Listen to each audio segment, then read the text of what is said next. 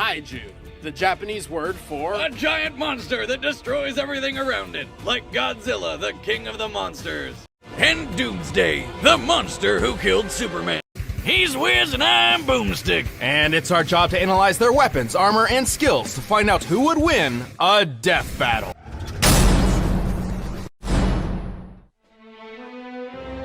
The year was 1954, less than a decade after Little Boy and Fat Man had decimated Japan. The nuclear age had begun. As the United States tested their shiny new hydrogen bombs across the Pacific, one of them woke something up.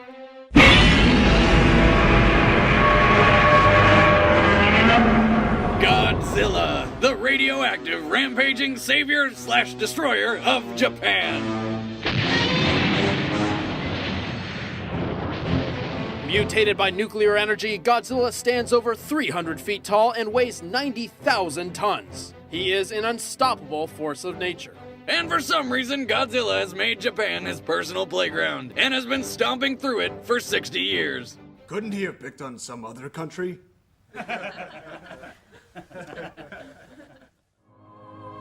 Godzilla's radioactive mutation leaves everything in his wake contaminated. Water, plants, even people. Godzilla's presence alone turns a city block completely uninhabitable. Like that noisy upstairs neighbor, or people who let their dog shit in your front lawn. But Godzilla does not simply walk past his enemies to destroy them. His strength is insane. He once lifted and threw his arch-rival Kaiser Ghidorah, who weighs 100,000 frickin' tons. He channels this strength through his claws, teeth, tail, and epic gravity-defying drop kicks.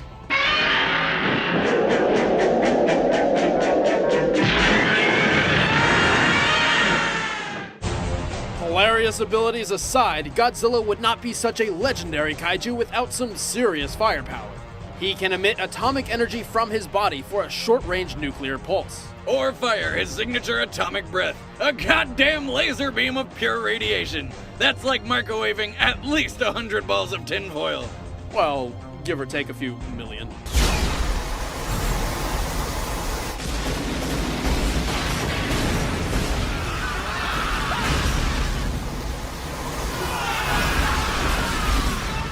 The atomic breath can melt, burn, or blow up just about anything. And you know it just can't smell good. I mean, that's a lot of fish. No. That right there is Zilla, the bastardized and shamed American version that Toho literally bought the rights to and completely rebranded just to murder on screen. Take that, America. And that was just the real Godzilla's standard atomic breath. Yep, after absorbing a giant pterodactyl's soul, okay, he gained the power to boost his breath to the red spiral ray. An attack so deadly, it only took a few blasts to obliterate the more powerful clone of himself, Space Godzilla. What? Space Godzilla? Yes, Space Godzilla's a thing. Moving on. Oh. Godzilla's cell structure can quickly regenerate from all manner of wounds. And despite being vulnerable to man-made electricity, he possesses magnetic properties. Like a lightning rod, he can attract thunderbolts from the sky and use nature's power to enhance his own abilities. Or turn himself into a giant living magnet. Magnets? How do they even work? Well, believe it or not, that isn't the weirdest thing that Godzilla can do. If Big G needs to get somewhere quick, he bends over, charges up, and does this.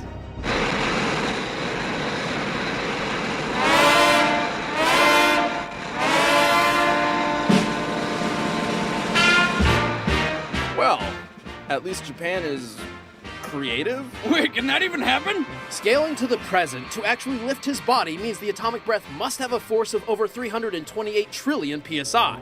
That's the equivalent of 1 trillion riot control fire hoses, enough to wrap around the Earth 38,000 times. Damn. Godzilla has 44 known victories, largely due to his insane durability. He's fallen into a volcano, survived a black hole, and tanked a meteorite point blank without a scratch. But despite popular belief, Godzilla is not invincible. His regeneration takes time, his speed is lacking, and despite having 2 brains, one in his skull and the other where his tail meets his torso, he's pretty darn clumsy. Where were you on that one, ass brain? He officially lost a fight against King Kong, and he's even died in 4 separate films. But Godzilla's victories definitely outweigh his failures. There's a good reason they call him the King of the Monsters.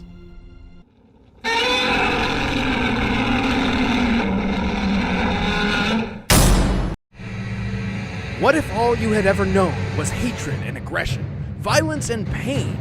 This life is reality for YouTube comments! Doomsday! Yeah, the Doomsday guy. Thousands of years ago, on an uninhabitable prehistoric planet which would one day be known as Krypton, a scientist named Bertrand intended to engineer the ultimate life form. Yep, it's another one of those stories, but with one hell of a twist. See, at this time, Krypton was a harsh wasteland filled with nothing but sharp rocks, poisonous air, and violent predators. Bertrand believed that if he could create something that could live through that, they could survive just about anywhere. To realize this theory, Bertrand acquired an infant from somewhere, and through a rapidly accelerated evolution process, attempted to transform him into his dream creation. Oh, don't try to dance around it, Wiz! Bertrand put that little sucker into a baby cannon, blasted him into the wild to get murdered by any number of things, sucked up what was left of him with a vacuum cleaner, and just cloned a new one out of the mess to do it all over again. Well, yeah. The idea being each new clone would be stronger than the one before, thus covering millions of years of evolution in just a few decades. That doesn't sound like science. No, it doesn't. So after 30 straight years of baby murder, one of the clones finally survived the test. Amazed by his own success, Bertrand named this baby the Ultimate. The ultimate baby! But to the rest of the universe, he was their Doomsday. See, Wiz, reloading as it is, patenting my baby cannon was a good idea. Successful as Bertrand's experiment was, it was anything but a good idea. Turns out, while Doomsday usually appears to be a mindless beast, he remembered every single time Bertrand had him killed. As a result, Doomsday had been unintentionally programmed at a genetic level to hate everything that lives. Bummer. Needless to say, Bertrand was pretty screwed. Because even with 30 years of development, Bertrand had never quite figured out what to do if his experiment actually worked. Because Bertrand is the worst. I mean, he did do what he set out to do. He made an 8'10" monster that doesn't need to eat, breathe, or have internal organs to live. It just kills and kills and kills some more. Doomsday possesses enormous strength, incredible durability, and poisonous spikes which can extend. But due to Bertrand's experiments, Doomsday's greatest power of all is his ability to adapt to his opponent's powers. After taking his sweet revenge, Doomsday stowed away on a supply ship and ravaged dozens of planets until he finally found himself on Earth. On that day, Doomsday did the unthinkable. On that day, Doomsday killed Superman. Well, kind of. He actually put him into a super sleep. After several days, he kind of woke up more powerful. Yeah, we all know, Wiz. At least Supes took Doomsday down with him. Or maybe not. Turns out, whenever Doomsday dies, he just comes back to life, forever immune to whatever killed him in the first place. Can't beat me the same way twice. He's been punched to death by Superman, blasted apart by the Radiant's energy, brutally ripped in half, incinerated by Imperiex, and just curb stomped by a Kryptonian horde. Practically invulnerable at this point, Doomsday's taken on Darkseid, tanking his Omega beams and beating him to near death. He single-handedly defeated most of the Justice League and took on an energy attack that wiped out a fifth of a planet. He's punched through the Phantom Zone, battled super beings called Gogs for a century, and even broken Wonder Woman's arms. Arms strong enough to help pull the Earth. And during his rematch with the Man of Steel, after witnessing Doomsday survive an explosion equivalent to 1 million nukes, Superman realized that the only way to stop him was to send him to the end of time. At his most powerful, Doomsday's mere presence can boil the ocean and disintegrate buildings. A casual stroll across Africa made wildebeest an endangered species just by walking around. But what he's got in strength, he really lacks in brains. Not that he's dumb, he just literally lacks a brain. More often than not, Doomsday is little more than a one-track mind-killing machine. This makes his intentions predictable, and a clever opponent could use this to, say, lead him into a trap. And should that foe come up with a new way to hurt Doomsday, he could be killed. Still, that's gonna be pretty goddamn hard to do.